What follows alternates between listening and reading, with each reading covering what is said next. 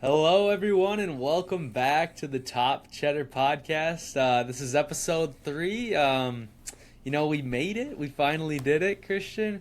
We had some technical difficulties earlier, but Lord, we made man. it work. We were supposed to start at 7 o'clock my time, and it's now 8:06. So we had some technical difficulties, but we're making it work. We're completing the hat trick. Exactly. We got to get the hat trick. We're never going to give up. So, episode number 3.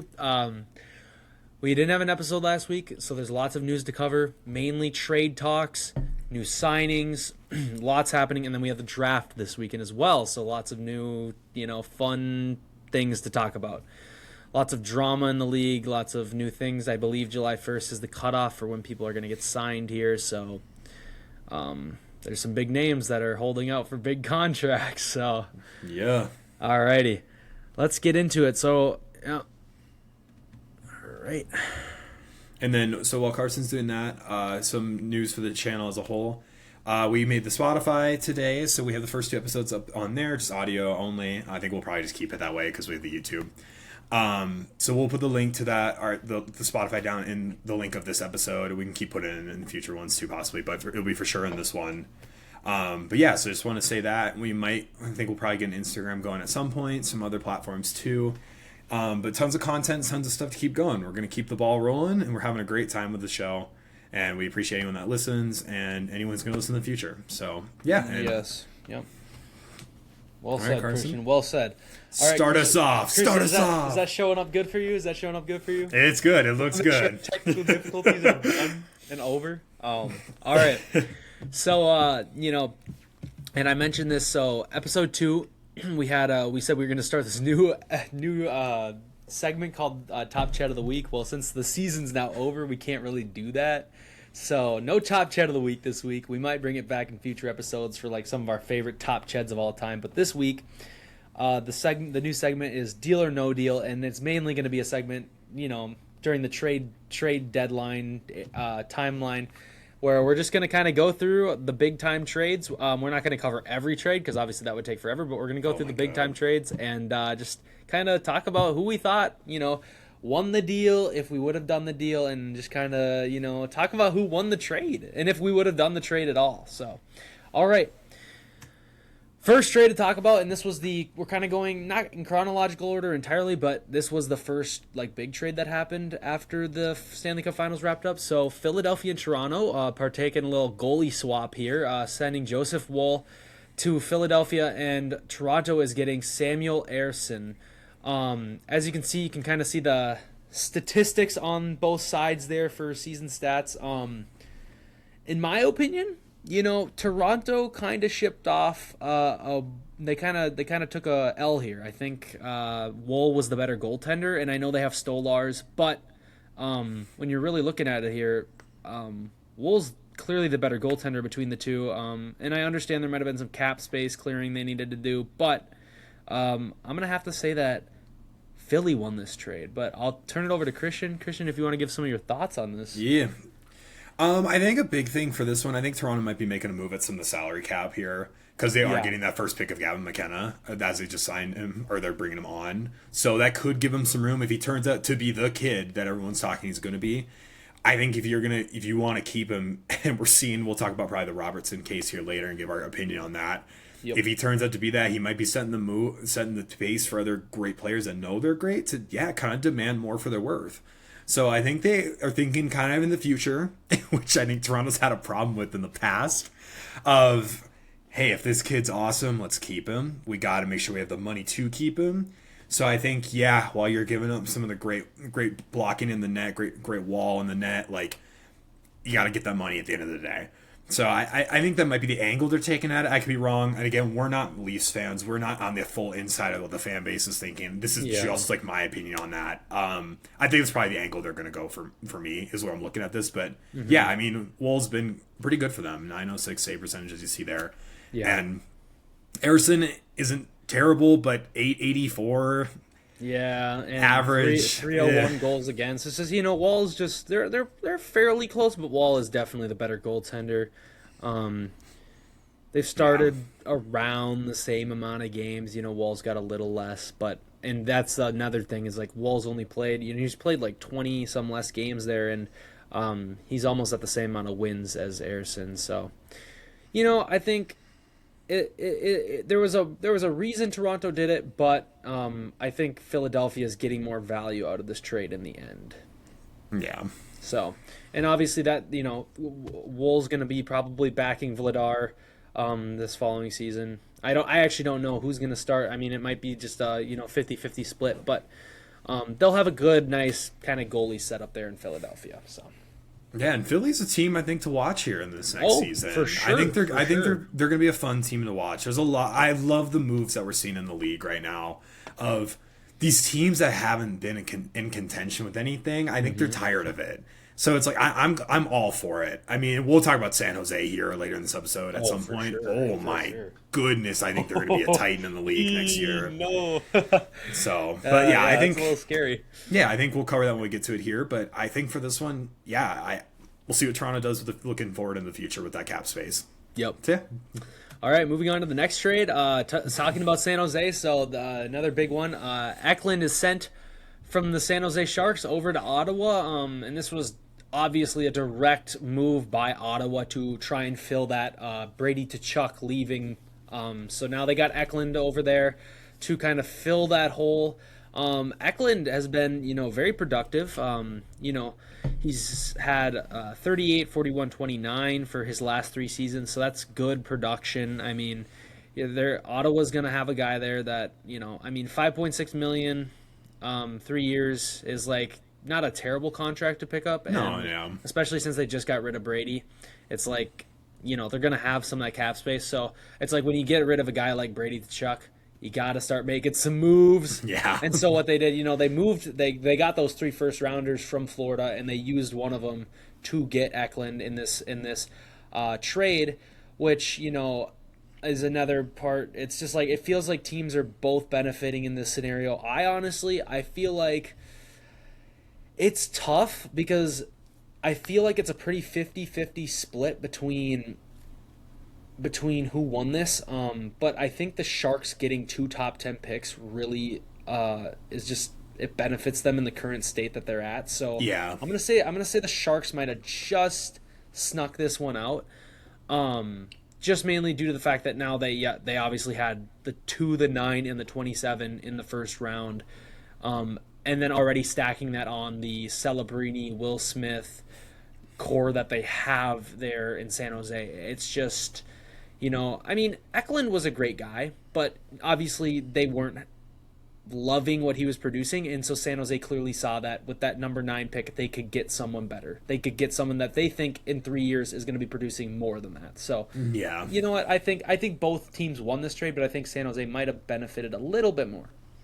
Yeah, and so like talking about that Macklin Celebrini line, it's literally, I think I was seeing a stat the other day. I can't remember if I talked about this in the last episode, but literally for a teenager, I think he was involved in all the the most goal percentage. The goals that were scored, he was involved in the highest percentage since Wayne Gretzky as a teenager. I think he beat him in that percentage. He was around 50% involved in the goals that were scored this year for San Jose. That's insane. That's a crazy stat. Obviously, if you're being compared to the great one, anything's insane. But it's crazy. And Matthew Schaefer, I think, was up there too this year for a teenager, being involved on goals and playmaking just as a whole. But Macklin Celebrini, oh my god, that kid is just so much fun to watch. We've low-key kind of glazed him on the show, but I think he's deserving of the glaze. He deserves it. But that's fine. But literally, you got 3 first-round picks for San Jose in this draft to pair with that, 2 defensemen and then another forward, obviously with Stenberg. But I think you gotta watch out. You gotta watch out for the Sharks. The Shark fights are coming, dude. But I would agree with Carson on that too. It's I think San Jose is gonna be fine. Even them sending over Eklund, he's a good player, but they're gaining it. They're gaining it right back with the draft. So it's yep. Ottawa's got to fill that void. We'll see how Eklund does with Stützle on that forward line if he plays with him. That'd be awesome. It'd be fun to watch. Yeah, I believe he will. I think it's the idea is he's just going to fill Brady's spot. And I spoke earlier. I was reading the assist column. He's 45, 50, and 53. So that's plenty of production out of your left wing. So I think he'll do just fine filling in there in Ottawa. And I think Ottawa is also one of those teams that I would be looking out for because they got a lot of assets and they were able to fill in, and they also had a lot of first round picks that they were able to pick up this year. So Ottawa's another team that could very well make some moves here and be in contention. So yeah. And I know that's like people are gonna laugh at that because like people like to clown on the Sens, but you know what? They got 3 first round picks for Brady Tkachuk, and that's, I feel like we'll get to that later. But all right, next trade. Well, this was one of the big ones. So this was the St. Louis Blues sent Jordan Kyrou, the speedster, over to the Washington Capitals. I'm assuming this was just kind of Jordan Kyrou wants to win. You know, he's a great player. He's a phenomenal goal scorer. And so he feels like he's just kind of being wasted a little bit in St. Louis, and St. Louis is kind of in that rebuild mode. I know they just got a Snuggerud, but I think they're going to try and rebuild around that young core now. Yeah. And Kyrou wants to win now, and I think Capitals did very good in this trade deadline. You know, that's kind of why I got the sweater on a little bit, because I'm like, they made some big moves, and we'll get to the other one they made later. But yeah, so Kyrou going over, they're sending Connor McMichael, a prospect, and it looks like some picks. So, like, obviously, St. Louis is definitely getting some assets for this, but Capitals clearly think they can win now, and so that's why they're getting Kyrou. Who knows when Ovi's last game is? You know, this could be his last season. No one knows. So yeah. But, I mean, Kyrou, man, like 35, 75, 73, 67, 74. Like, this is just great production out of him. I mean, yeah, it says 3-time 30-goal scorer. And I think that he's just going to flourish in Washington. And, and on the other side of things, St. Louis and Connor McMichael, they're getting a pretty solid player too, you know. Second, third line guy maybe could make a difference there. So the points are there.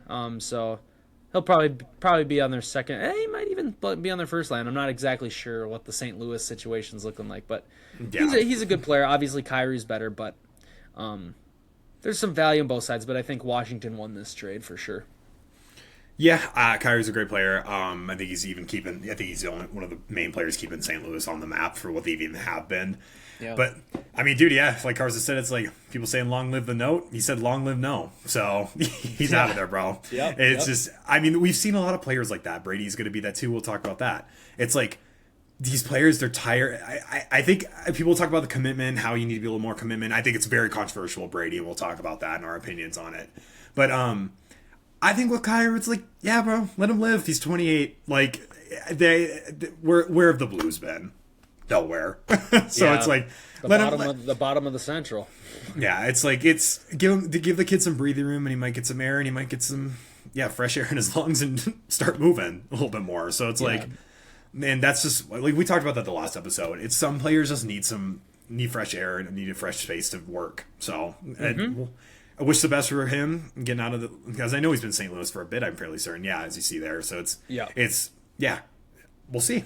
We'll see where the Chem goes with his new teammate. I'm not super informed on this trade. I've been kind of keeping up with some other ones. So Carson definitely handled it better than I did. But obviously, I know the name Kyrou, I know the name McMichael. So But yeah, I would agree with Carson. I think Washington won this one. Mm-hmm. So it's gonna be fun. You know, Washington obviously they were won the cup I think back in 2018. So it's like.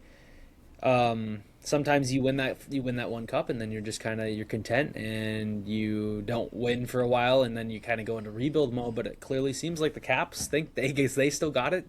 I'm assuming Ovi might play another year, so they're like, if we can get production out of him for one more year, let's make a push, and that's what they're going for here. So great trade for the Capitals, and we'll move on to the next one here.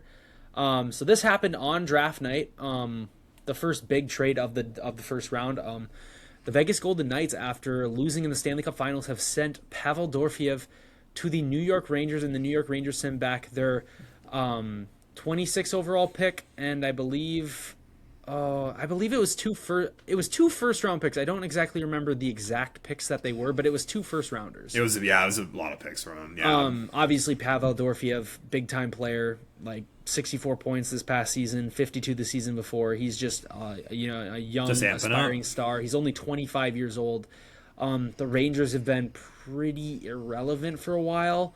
So they're kind of looking to kind of build back up and get into that, New York Rangers style hockey where they can, New York, hockey can be very big there, but when they're as bad as they've been, it's not. There's just not hype around it, and so I think they're trying to kind of bring back some of that hype. Obviously, the Islanders in New York, they're doing a lot, and they're on the upward trend. So the Rangers are just trying to keep up with the league, and Dorofeyev is going to make a big impact there.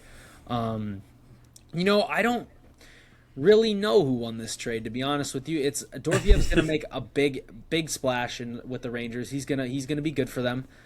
2 first-round picks is a lot, but I think it's interesting because a lot of people thought the Rangers were kind of in rebuild mode, and then they go and trade their things to rebuild and go and get a guy. And obviously Dorofeyev's 25, so it's a good deal for both sides.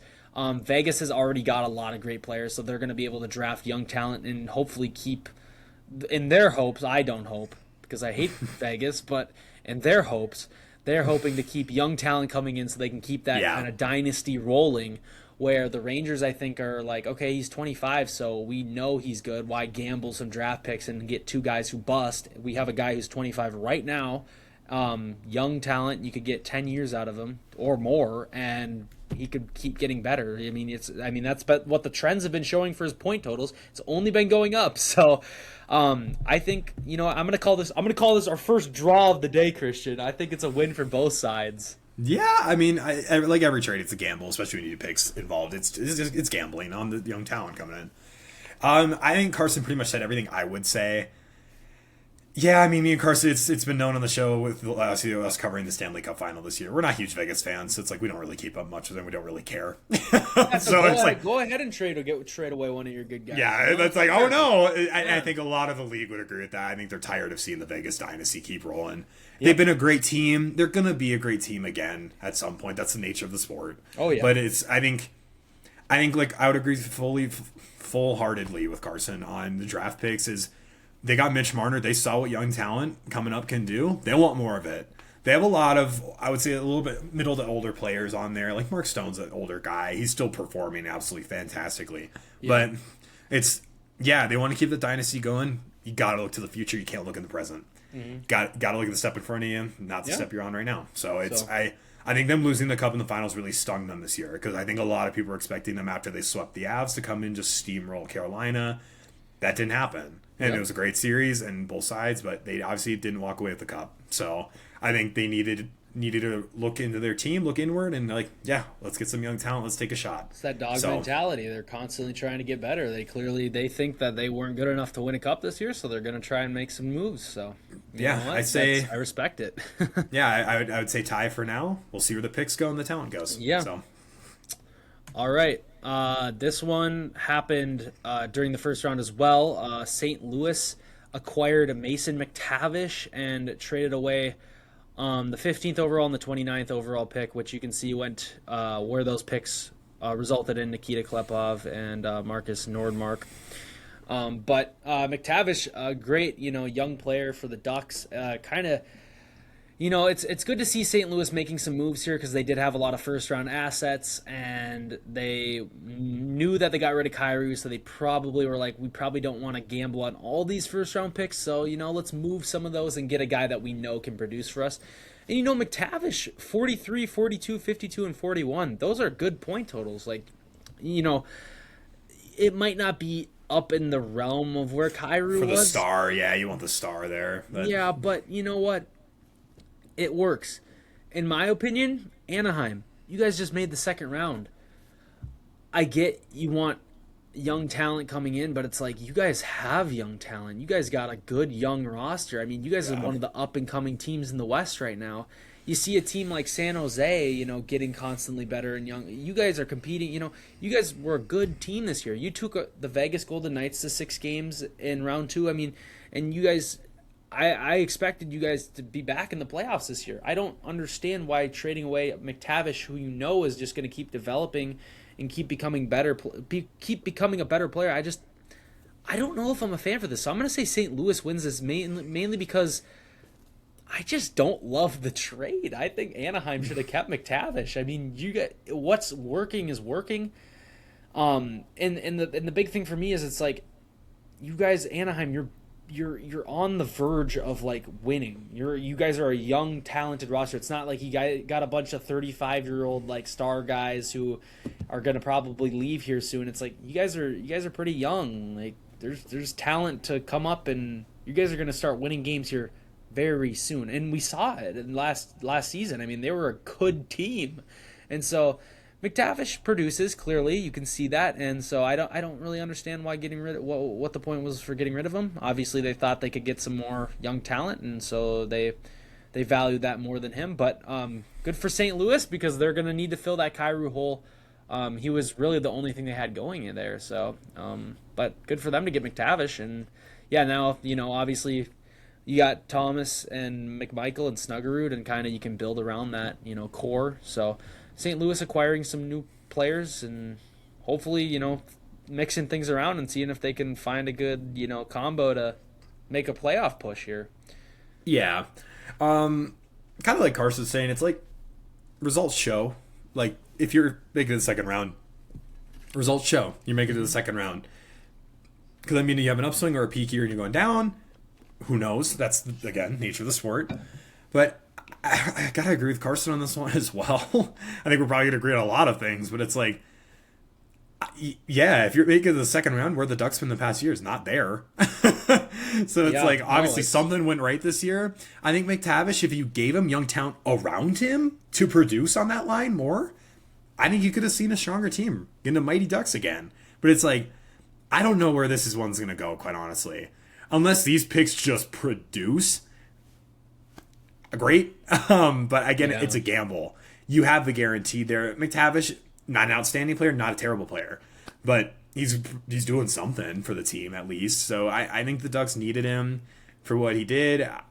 I don't know. I don't know who was behind this one for the most part. I think he's got a far eye into the future. So I wish the best for the Ducks. Fun team to watch. Yeah, see where the young talent takes them. Yeah, I would. Yeah. All right, and another trade involving Anaheim. So, obviously, Anaheim picked up John Carlson at the trade deadline this year. Carolina received John Carlson. But I'm talking about Washington had John Carlson this season, and then at the deadline, Anaheim picked him up, and then Anaheim is now trading him. So Carolina is acquiring John Carlson now, if that makes sense. Yeah. But another kind of like, and apparently Carlson's looking for a hefty paycheck, but I don't know. I mean, it kind of seemed like just he's older. I mean, the reason I don't have the stat line here is because you can see how old he's been, because this is how long he's been in the league. And John Carlson, it's a full sheet. Yeah, John Carlson, great player, man. Like, this guy is a beast. Like, and he's gonna be good in the locker room.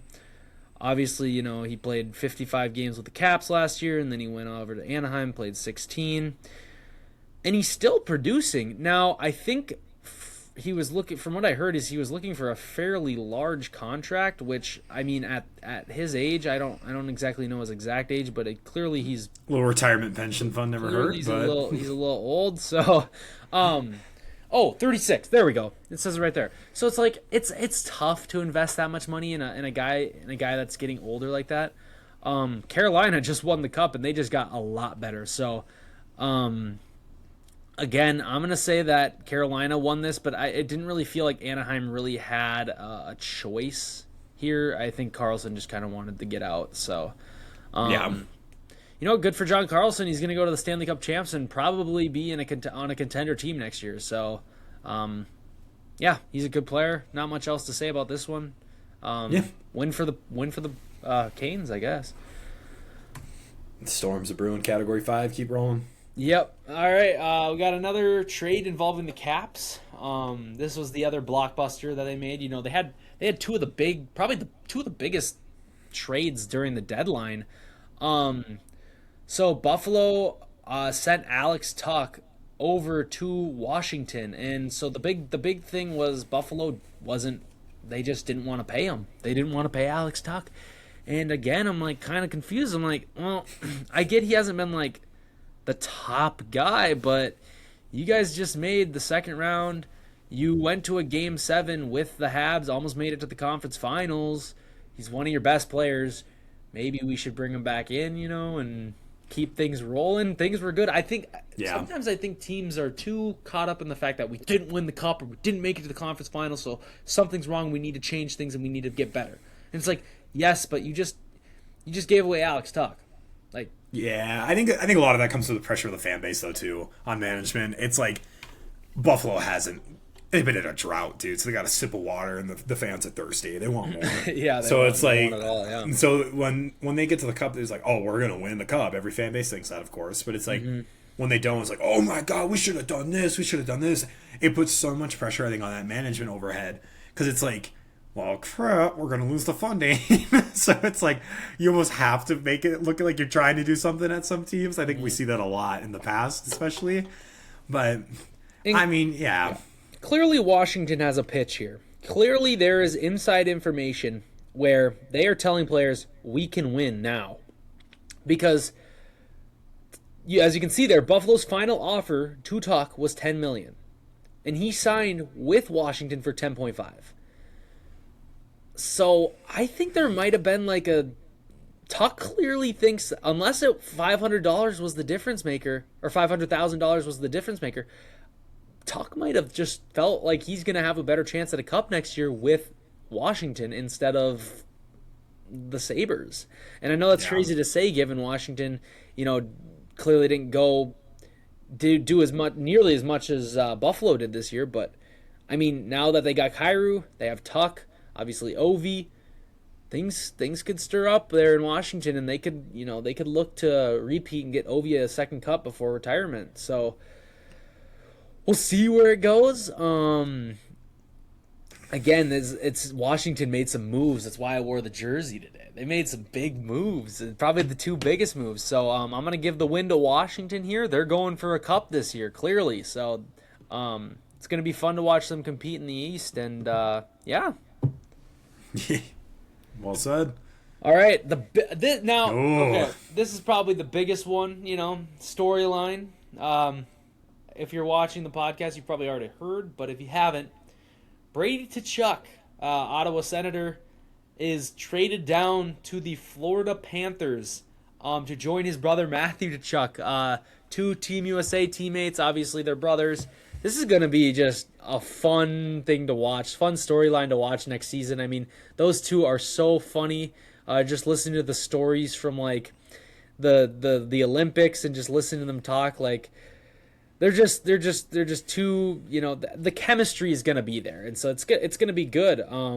Obviously, so Ottawa got that 9th overall pick and they ended up using that to get Eklund. So they got a guy right back. So probably not exactly filling that slot. Obviously, Brady was producing for them quite a bit there, but Eklund's a good young player. So hopefully he can pan out for them and fill that void.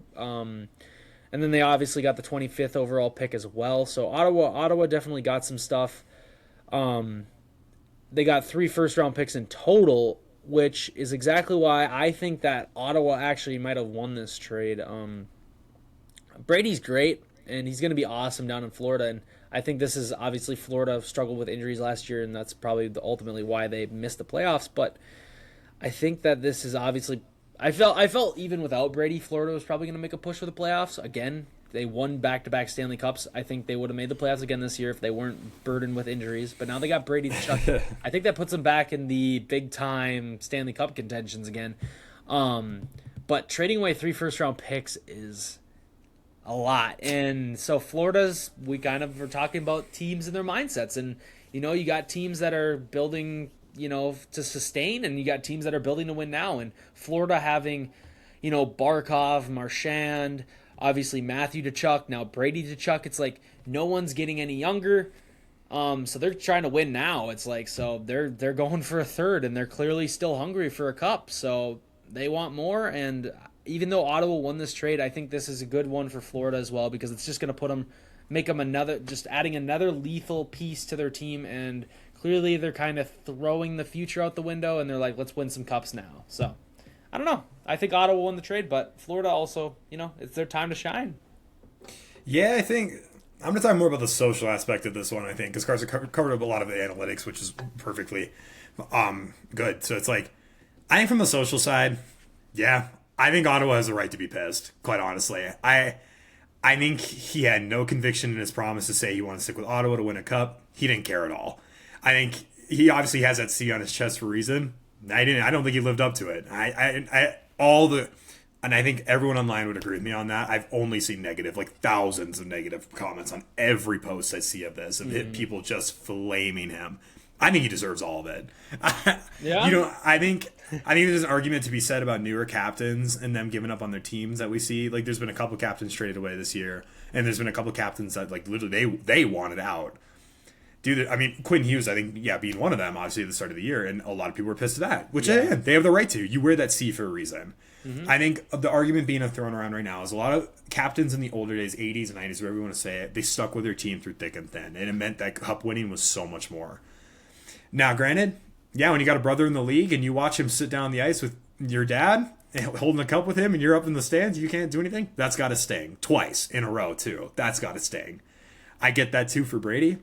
I think it's tough. I mean, I'm going to say I think he deserves all the smoke he's going to get. I think he will be booed in Ottawa when they play it, and he deserves that, too. And will the Kachucks perform together? I think they'll be menaces for sure. Is that what the Florida team needs right now? I think they need to focus more on their play than I think they're going to right away. And that's fine. But I think you got to keep your head down, put the stick to the ice, and put the puck in the net at a certain point. Yeah, you can be a menace all day, but I think that's not what the team's looking for. And I think Florida's going to learn really quick. That's not what they want from that combo either. So I really hope that they actually play the sport. And there's hey, I'm all for the chippy shit coming in left and right out of the sport. That's what hockey is. It's awesome. Yep, gotta love it. But I mean, you see in the Olympics this year when they played together, it's like at the end of the day, the puck's got to go in the net. And I hope that's what they do. It'd be fun to see Florida go on another run again. I was just talking to Carson before we started this episode. I had a post saved. It was, would you rather see Vegas and Florida in the Stanley Cup final this next year or blow up the entire universe in existence? And everyone in the comments is just blow up the entire universe in existence and see that combo go. Yeah. And quite honestly, I'm right there with them. I'm all fine seeing Florida go, but if I have to see that combo play, brother. But yeah, they're Vegas. They're the Vegas Golden Knights of the East Conference. The South, in the south of the country, dude. And yeah, I think it's been awesome that Florida's getting a lot more attention to hockey in the South, not taking that away from them at all. So they're a fun team to watch. They got great talent. It's fun to watch Brad Marchand play, but it's such a chippy player already. Do you need another chippy combo? Well, I don't think you do. And so that's where I was gonna, before we wrap up this topic, it's like, think about this. You got Marshy, poking at everybody, and then Brady Tkachuk, dude can throw down.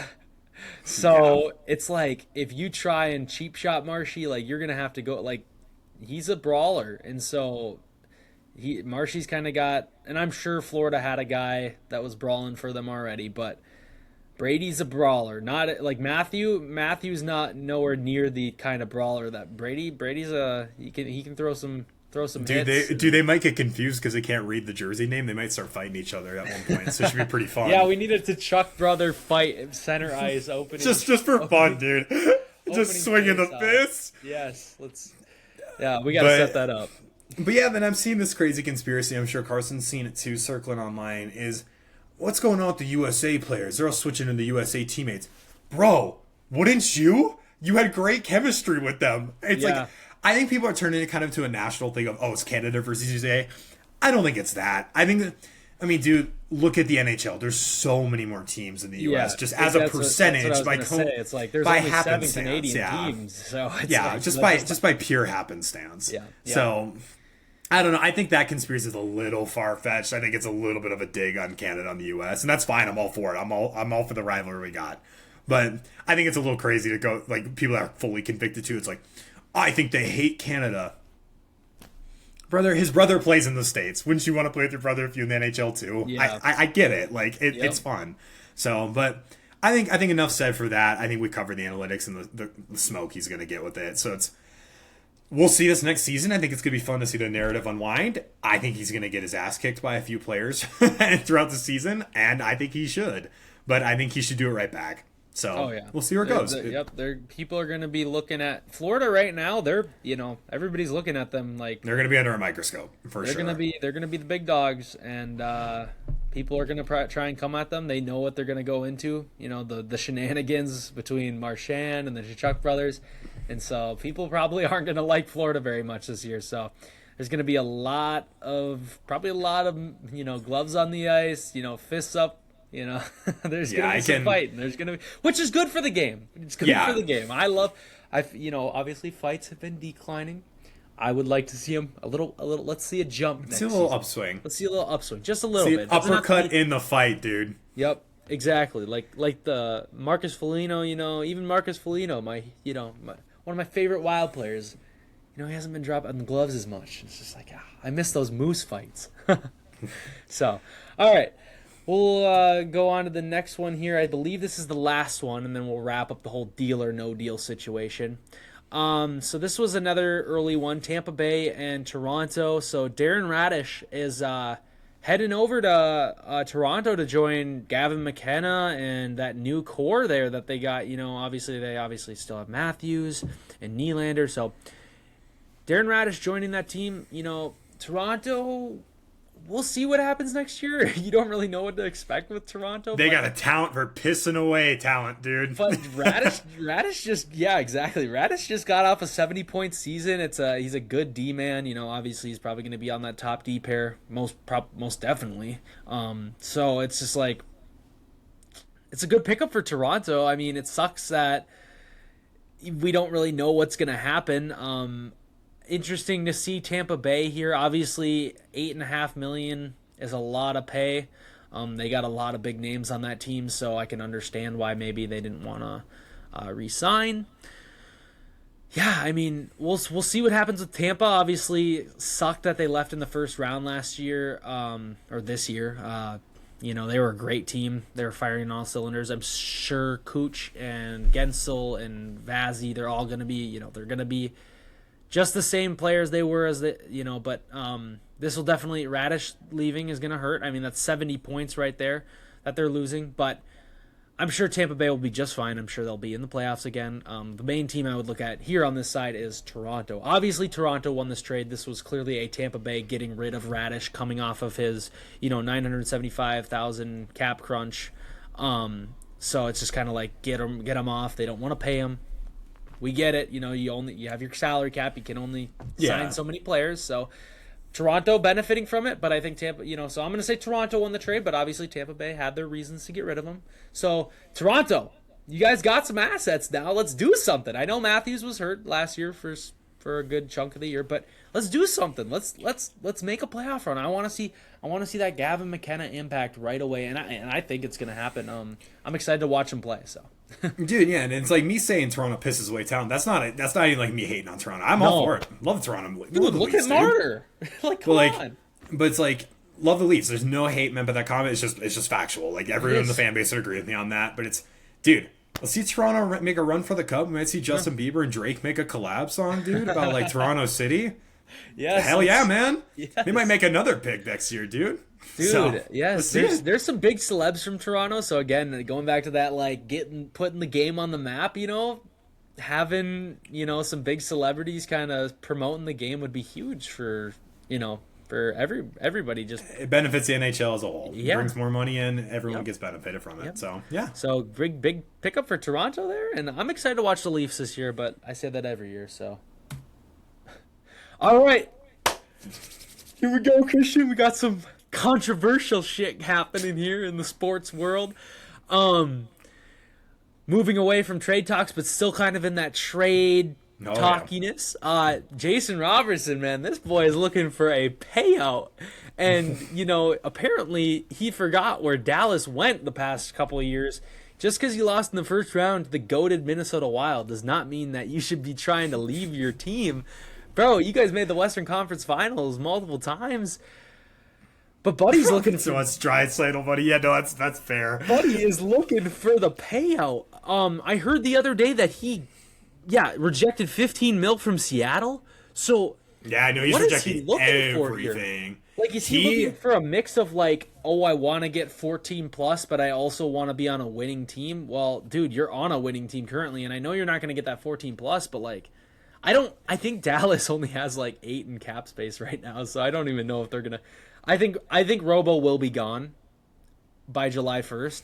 Actually, Yeah. okay, by July 1st, I don't know, because obviously if they don't get rid of him by July 1st, then any team can pick him up and sign him. So Dallas better start making some moves. They might get desperate and might get fleeced a little bit. So I've heard people talk about Larkin. If Dallas sends 1-for-1 Robo for Larkin, yeah, buddy, that's a terrible trade for Dallas. Like, You're on the wow. So what that are one. you doing? What are you doing? Like, I mean, Robo, dude, literally, yeah. that's Robo 90, is number 1. 96 points. That's a big time. That's top 10 points right there, and you're just letting that walk. Almost in the century mark, yeah. It's like literally, I think Robo at the time of the Olympic, like the team selection, he was the number 1 point scorer in America. And I can't remember if he finished the season off on that or not. But I think so, dude, it's like he's Robo. Like he's a damn good player and he wants the money for a reason. Now I think he's going for gold a little too much, but I think he's trying to send a wave in the league. It's like know your worth. It's like, dude, enough of let management like undersell you. I think Fair literally, enough. and like it says down below, he wants the Draisaitl money. I remember reading something that I think he has the same agent, if not that works with Draisaitl. Yes. So it's like, so he saw what he got for Draisaitl. He wants what Leon got, dude. Like he wants more, and Robo's better than Draisaitl. Draisaitl's a fantastic player, but Robo's better than him. And he knows that. Wow. Robo's a better player than Draisaitl. Bombs on the podcast. Nah, dude, I'm standing on that. I love watching Robo play, dude. I'm gonna sit with Draisaitl on this one. It's our first disagreement, so we can get into it. I don't know about Robo being better than Draisaitl, but you know what? I think you see Draisaitl shine a lot more if you didn't have McDavid over it too. Like flat out. I think if you let the kid run, the kid would run. But the kid's kind of got a leash on him right now. But I mean, Draisaitl's a fantastic player. That's not me saying he's not a fantastic player. I think Robo in the future could be better than him, though. I'm standing on that. I mean, dude, seriously, 96 points? Are you kidding me? Yeah. And that's on the Stars with Rantanen and other stars there too.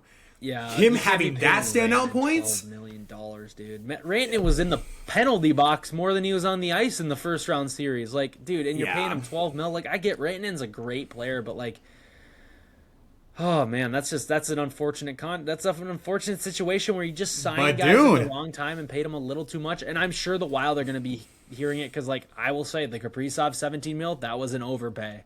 That was an overpay. He is not. He's not the best player in the league. So why we saw her performed in the postseason. Made that either. So well, okay. You know, and then we can disagree on this too. But I thought Kaprizov did just fine in the postseason. He got to put the puck in the net. He can't get those apples. He's not an orchard. He's a goal scorer. That's what he's supposed to be. But, you know, we're going to leave that there. And that's coming from the fan base. So. All right. No, we want the smoke. We want the smoke. But G, if you could work your magic and, get in on something. We only have like 8 million cap space, but. But is he a RoboCop or a RoboDrop right now? I think that's what the league's deciding. So, bro, I heard rumors, and I'm not exactly sure about the cap space, but I've heard rumors about Toronto. Also, okay, I do know one thing about cap space. And I know we're going on a tangent here, but I do know one more thing about cap space. So, you know that team that we were talking about earlier that had all those draft picks and has like one of the best young talents, 2 young talents in the league right now. They also are top in cap space. They have the most cap space in the league right now. The San Jose Sharks have like $46 million in cap space. And yes, that's going to be used to sign a lot of young talent, but imagine if Robertson, a lot of money. Imagine if Robertson got sent over to San Jose. That's scary. Dude, shark-infested waters. Don't be swimming, dude. Oh my god. Goodness, that is just nope. You know what, Robo? You go to Toronto and see how that works out for you. All right, buddy. And by the way, me and Carson, I don't think either of us have stepped foot in the state of California. So it's like I know we're glazing the Sharks right now, but like, how can you not?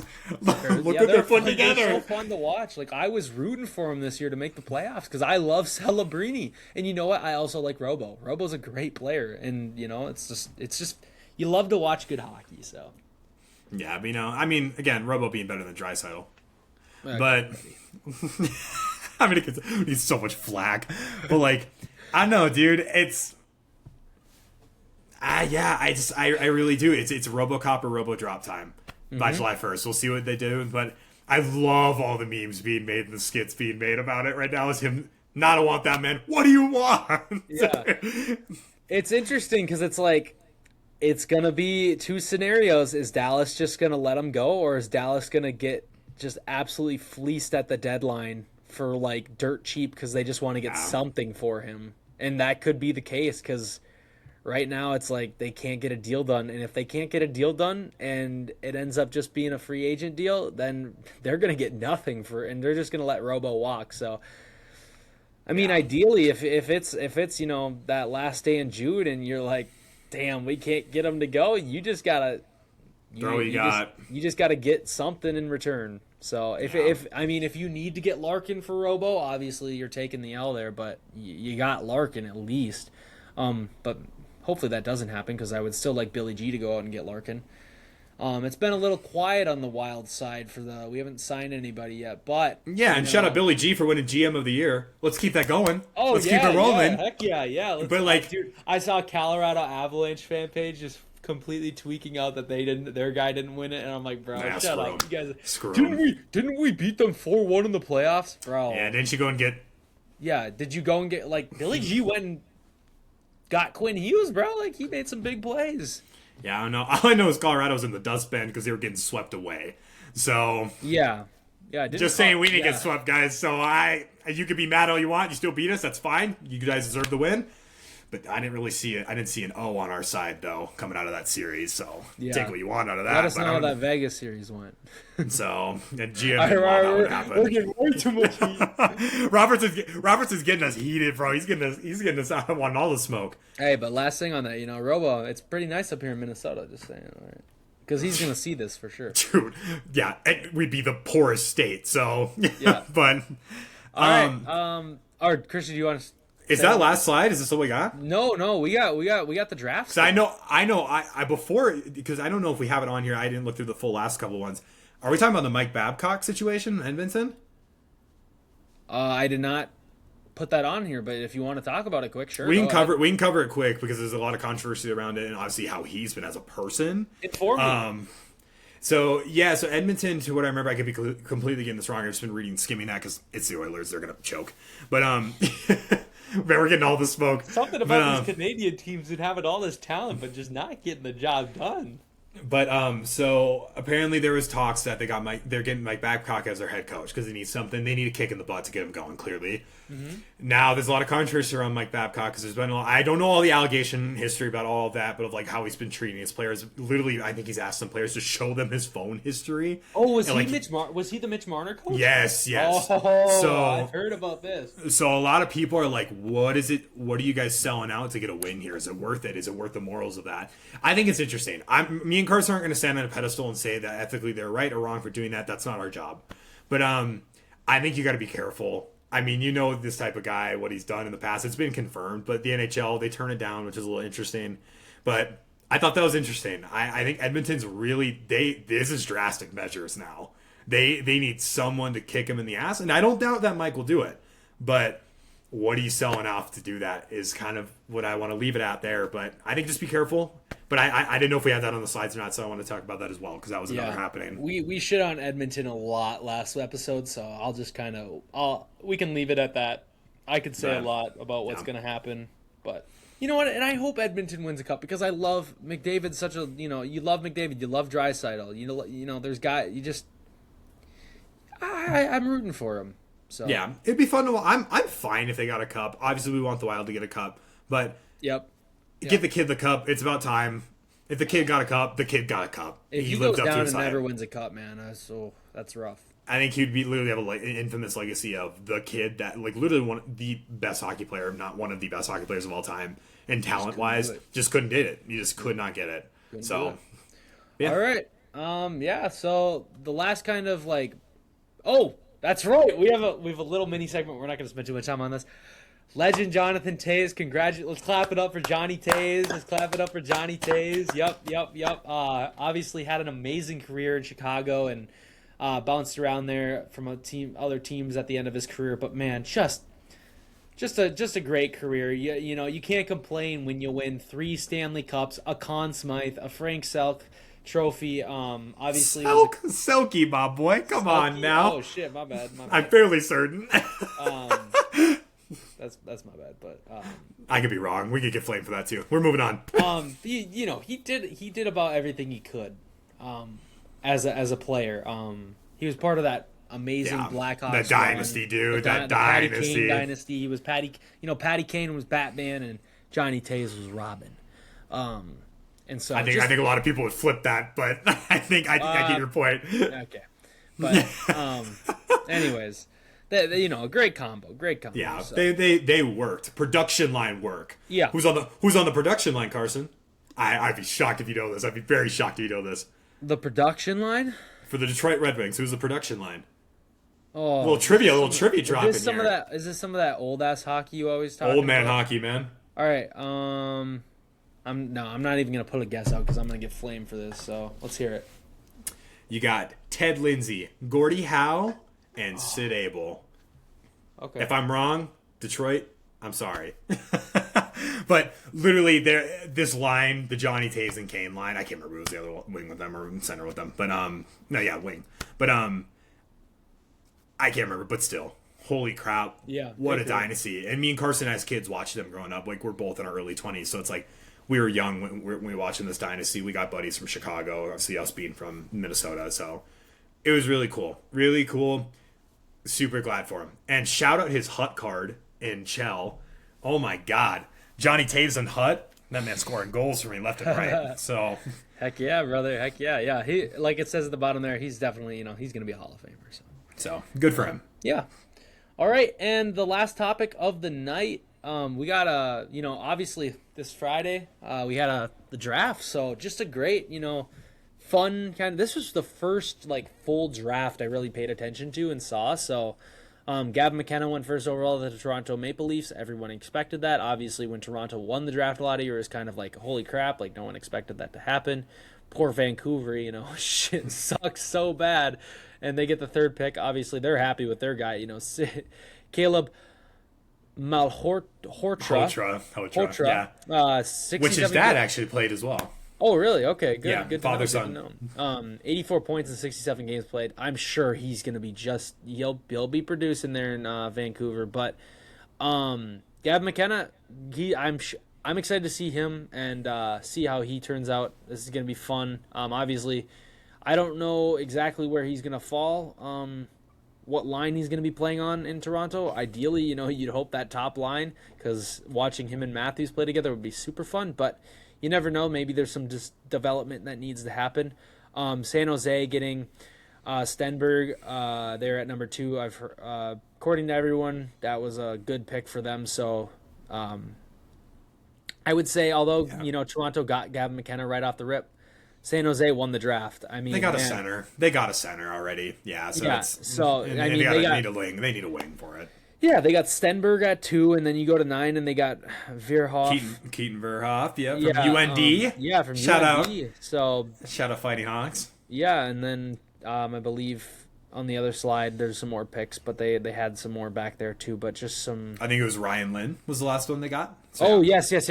You're right. I think it was pick 20. Two defensemen, and then they got Stenberg, which is great. And so they have so much young talent that they're going to be having in their system. It might not all pan out next year, but they don't need it to because Celebrini and Will Smith are both super young. So it's they don't need it to. They'll be just fine. So some big time picks. You can see kind of some of these guys were putting up some points. Damn, I see Klepov, who went to Anaheim, 97 points in 67 games. Holy shit! These guys were racking up the points. So we can flip over to the back half of the first round here on the next slide. Another storyline, Liam Ruck, the Ruck brothers got drafted to Pittsburgh. But another great player, like 104 points in 68 games played. Like I'm excited to see what those two do in Pittsburgh with Sid and Malkin. That's going to be. He already gave him the call. He already gave both of them the call, welcoming them. Oh yeah. There we go. Okay, Good to know. He gave him the call, which is so cool. Dude, they're 18, 19, whatever they are. Getting that call from Sid. Are you kidding me? Like, That's so surreal. Yeah. Oh man, just crazy. Yeah, so I mean, I'm not gonna act like I know who all these guys are. I'm not the draft scout, but yeah, it's exciting to see some guys. I'm sure will sit down in the minors and come up and shine. I'm sure some will make an impact right off the rip. The big thing is you want to keep an eye out because me and Christian are both card collectors, so just kind of watching those young guns. Obviously, coming out McKenna young gun, that's gonna be like bigger than the Demidov or Schaefer young gun of this year. It's good. Like the McKenna young gun is gonna be like big time. Like I don't know if it'll be Celebrini young gun level, but it's gonna be a pretty big young gun. I think Stenberg will be up there as well with that Macklin like combo. I think they're probably That's true. That's true. I mean, yeah, and you could really see that production out of that. Like if one of those Sharks ends up on the top line, it's like you have such a young top group. It's like holy crap. So the last slide here is just kind of some of those big time storylines. McKenna to Toronto, Sharks clearly dominating the night. Ducks, I mean they made a lot of big plays. Obviously they got rid of McTavish, but they ended up getting Klepov, like I said earlier, who was just a beast. So not they made do with the picks. So hopefully he turns out. Again, Sharks making a splash in the headlines. Karmanov, 7'1", is bro the next Zdeno Chara, and he's on the Sharks. If the Sharks get the next Zdeno Chara, bro, we're cooked. The consensus I'm seeing on that one is no. I've been seeing no. we're already cooked. But like, yeah, 7'1", man, holy. That's insane. That's holy crazy. Shit. Like, how do you even? And then imagine on skates. Yeah. Like.